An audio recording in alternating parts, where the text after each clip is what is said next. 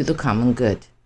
I am not a career politician, but a normal individual who has faced the same struggles and challenges as many of you. My story is one of perseverance, overcoming obstacles, and a deep commitment to public service. My name is Karen Lioness Allen-Martin. In June 2024, as the leader of the Positive Progression for People Party, better known as the PPP Party, I extended a public invitation to all new political candidates coming forward in this year's upcoming general elections to be held on the 24th of October 2024. My invitation informed these individuals that the current voting public of Montserrat no longer has any trust in the politics being played in Montserrat for the past 30 years and have every intention of changing the rules of engagement this electoral year. It was a very simple request. This invitation asked that any new political candidate entering the arena put their money where their mouth is and show solidarity to the public before polling day, instead of the promise that is offered every 5 years, which is, I will work with the people's choice. In other words, the public asked these individuals to prove that they really are capable of putting the interest of the people of this country first. As the leader of the People's Party, PPP, I am taking this opportunity to formally notify the voting public of Montserrat that not a single person entering the political arena for the first time in this year's upcoming general elections was willing to put their money where their mouth is. None of them were willing to make the public commitment necessary to form our inevitable coalition government beforehand, before we, the voting public, make up our minds on the 24th of October. As a result, it is imperative that you place to the forefront of your minds that none of these individuals have earned or proven themselves worthy of your blind trust or loyal support. We, the voting public of Montserrat, now have no other choice except to use our own hands to separate the good from the rot. We have been given no other options. Today, my speech is not a recitation of accomplishments, but a call to action.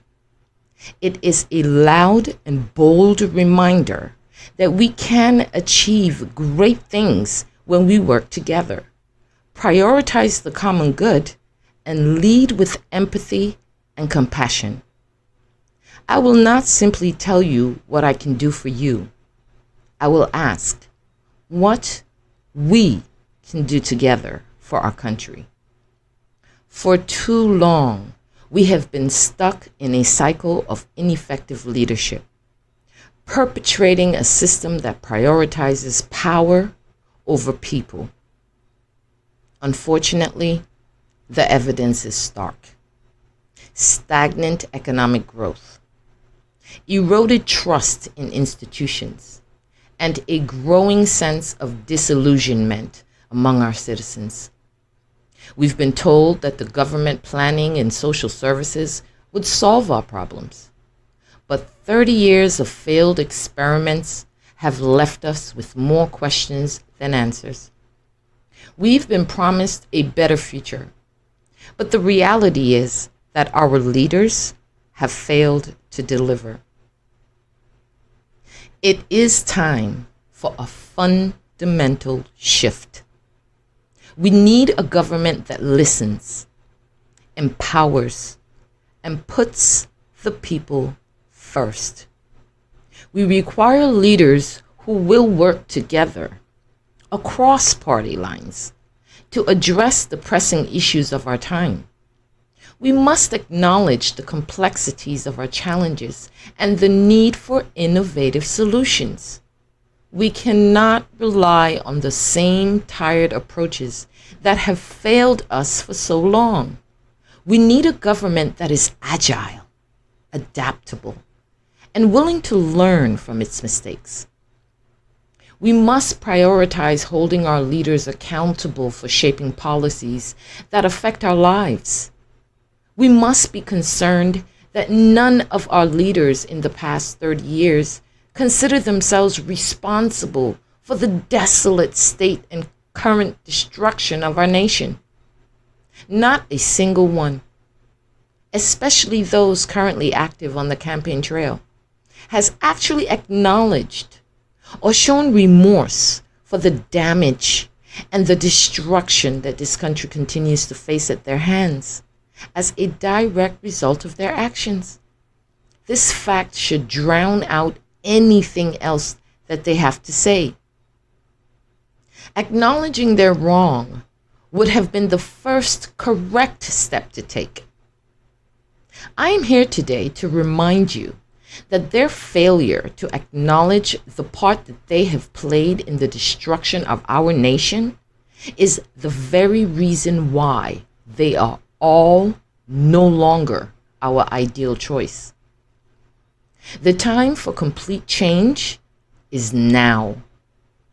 We owe it to ourselves, our children, and our future to break free from the shackles of failed governance and forge a new path, one that prioritizes the well-being and health of our people. Together, we can build a brighter tomorrow where every individual has access to opportunities, not just a few. Let us write a new chapter in our nation's history, one of hope, progress, and a government that truly serves its people. For the past 30 years, our island has been plagued by ineffective governance, leaving our communities fragmented. Our economy is stagnant and moldy, and our future uncertain. The time for excuses disguised as political rhetoric is over. The time for change is now. We have witnessed a pattern of poor decision-making, lack of transparency, and inadequate representation. The UK's oversight has often been heavy-handed and disconnected from our local needs, goals, and aspirations. Our government has failed to prioritize the well-being of our people, instead focusing on personal financial gain acquired through deception. This status quo is no longer acceptable. We have seen inadequate infrastructure development, leaving our roads, ports, and utilities in disrepair. A lack of job opportunities, driving our youth to seek better prospects abroad. Inefficient use of resources, perpetuating poverty and inequality. A breakdown in trust between government and citizens, eroding our sense of community. But we also have a choice. We can choose to break free from this cycle of failure and forge a new path, one that prioritizes population stability and growth. Sustainable economic growth, creating jobs and opportunities for all. Transparent and accountable governance, ensuring our resources are used for the greater good. And stronger ties with the UK, rebuilding a relationship where we navigate our own course. We envision a Montserrat where every citizen has access to quality education, quality healthcare, and quality infrastructure. Our agricultural industry is robust and meets our sustainable needs. Our environment is protected and preserved for future generations. Our culture and heritage are all celebrated and promoted. Our economy is diversified and resilient, with a focus on sustainable agriculture, tourism, and entrepreneurship. We must work together. We need a government that listens, is accountable, and puts the needs of our people first. We need a government committed to co-governance, partnering with our communities and the UK to drive positive change that directly impacts us, the people, more than anyone else. The choice is ours. We can continue down this path of failure, or we can seize this moment and create a brighter future. With a vision for positive progression for Montserrat, as the leader of this country, I will implement stimulus packages of $2,500 EC dollars per month. One of the objectives of this stimulus is raising the living standards of Monstratians and significantly reducing the level of poverty affecting more than 80% of Monstratians living on island. These stimulus packages are designed to directly address key economic priorities, such as increasing individual income, giving Monstratians more money for spending power, fostering and stimulating desperately needed population growth, and most importantly, eliminating rampant poverty. By providing this stimulus incentive for Monstratians residing full-time at home, I hope to encourage and inspire our citizens in the diaspora to return en masse and join us in our resurrection of Montserrat. Following the stimulus implementation, I will launch government-funded community living construction projects to accommodate the anticipated population growth that will certainly be the result from the implementation of the stimulus package. Each adult Monstratian living here will receive this direct investment from our government, empowering them to realize the potential of their personal and professional goals while ensuring that a certain standard of living is maintained for every Monstratian in this country. These cash-based stimulus packages will also provide much-needed security amid the challenges posed by our active volcano and fragile to almost non-existent economy. Recognizing the economic hardships faced over the past 30 years, I am committed to implementing consumer and consumption tax reforms, offering business incentives and revoking unnecessary taxes, ensuring that benefits extend to individuals rather than just to the benefit of select businesses. Additionally, I will establish economical and efficient export services that entrepreneurs and small to medium-sized enterprises alike can rely on to bolster private sector growth. My short-term goals include the establishment of an accredited education system complete with formal teacher certification training, ensuring that every graduate receives an accredited diploma.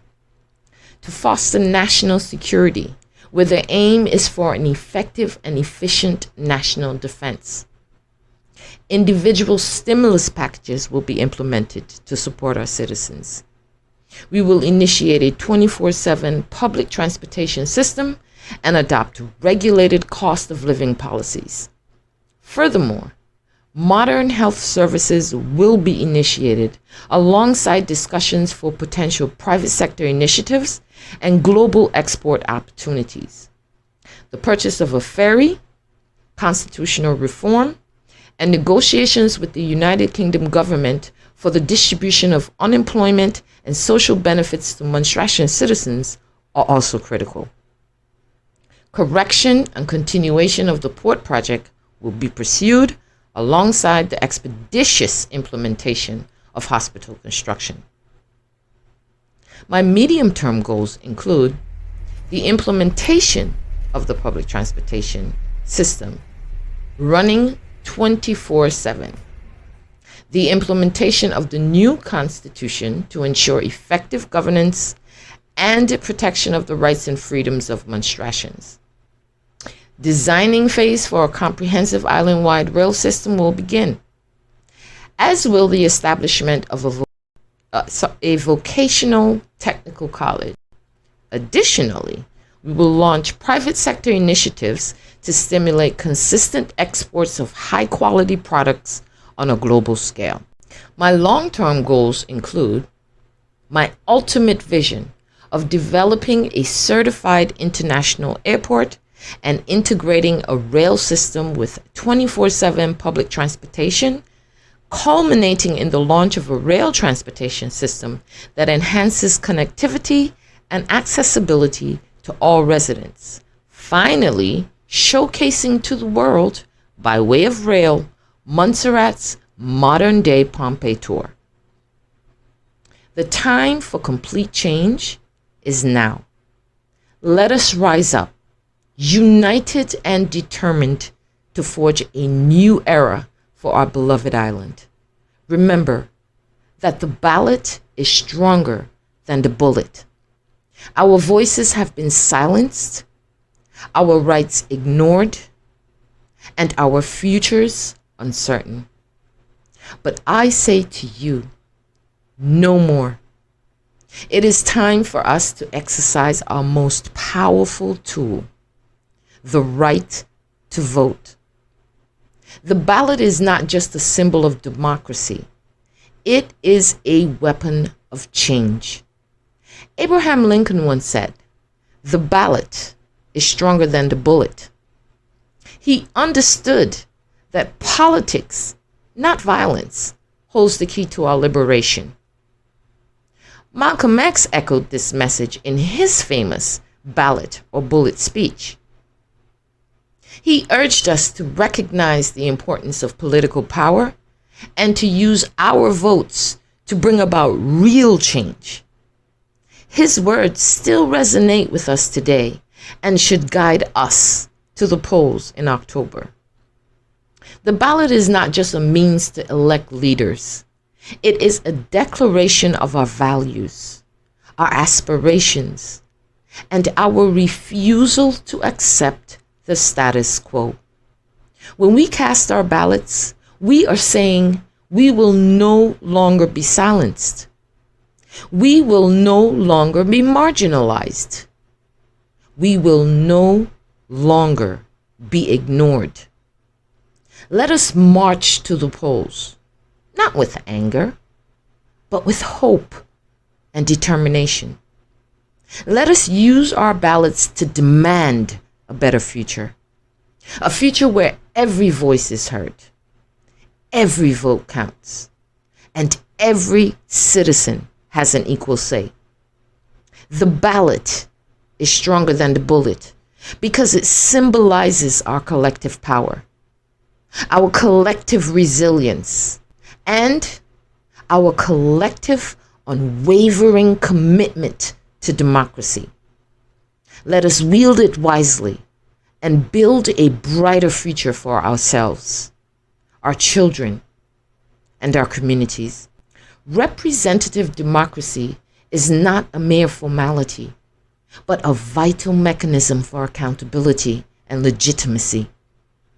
When a representative wins with a majority vote, they are entrusted with the mandate to serve the people's interests, not just their own. This majority support gives them the authority to make decisions that benefit the broader community rather than cater to special interests or personal agendas. Your majority vote is crucial to ensure my representation as your next premier. As your majority representative, I will navigate the complexities of our economy, environment, and social fabric, making informed decisions that balance competing priorities. With a majority mandate, I can confidently prioritize initiatives that drive growth, protect our natural resources, promote agricultural sustainability, and enhance the quality of life for all citizens. Majority representation ensures that I have the necessary authority to drive progress and make tough decisions. As we approach this critical election, it is imperative that we confront the stark reality of former leaders' lack of accountability for their actions, those who have contributed to the destruction of our nation, whether through reckless policies or egregious abuse of power, must be held to account for their role in perpetrating suffering and chaos. When leaders are not held accountable, they are emboldened to continue their destructive path, unchecked by the consequences of their actions. This lack of accountability breeds a culture of impunity, where those in power believe they are above the law and can exploit the system for their personal gain. We must prioritize transparency and accountability. We must demand that candidates and former leaders alike acknowledge their past mistakes and take responsibility for their actions. Former leaders who contest this election without acknowledging their role in destroying our nation are, in effect, seeking to perpetrate their own destructive legacy. They are attempting to rewrite history, to erase their culpability, to continue their grip on power. We cannot afford to let them do so. We must insist on accountability, transparency, and a commitment to rebuilding and restoring our nation. We must reject the politics of destruction and choose instead a path of redemption, justice, and progress. Let us use this election as an opportunity to break free from the shackles of unchecked power and create a new era of accountability. Let us hold our leaders to the highest standards and demand that they prioritize the well-being of our nation and its people over their own ambitions. By doing so, we can begin to heal the wounds of the past and build a brighter future for all. Together, we can create a Montserrat where every citizen has a voice, where our leaders are accountable, and where our collective success is prioritized above all else. With your majority vote, we can ensure that the best candidate for Montserrat's next premier is Karen Lioness Allen-Martin. Remember, one single vote is better than none. Make your vote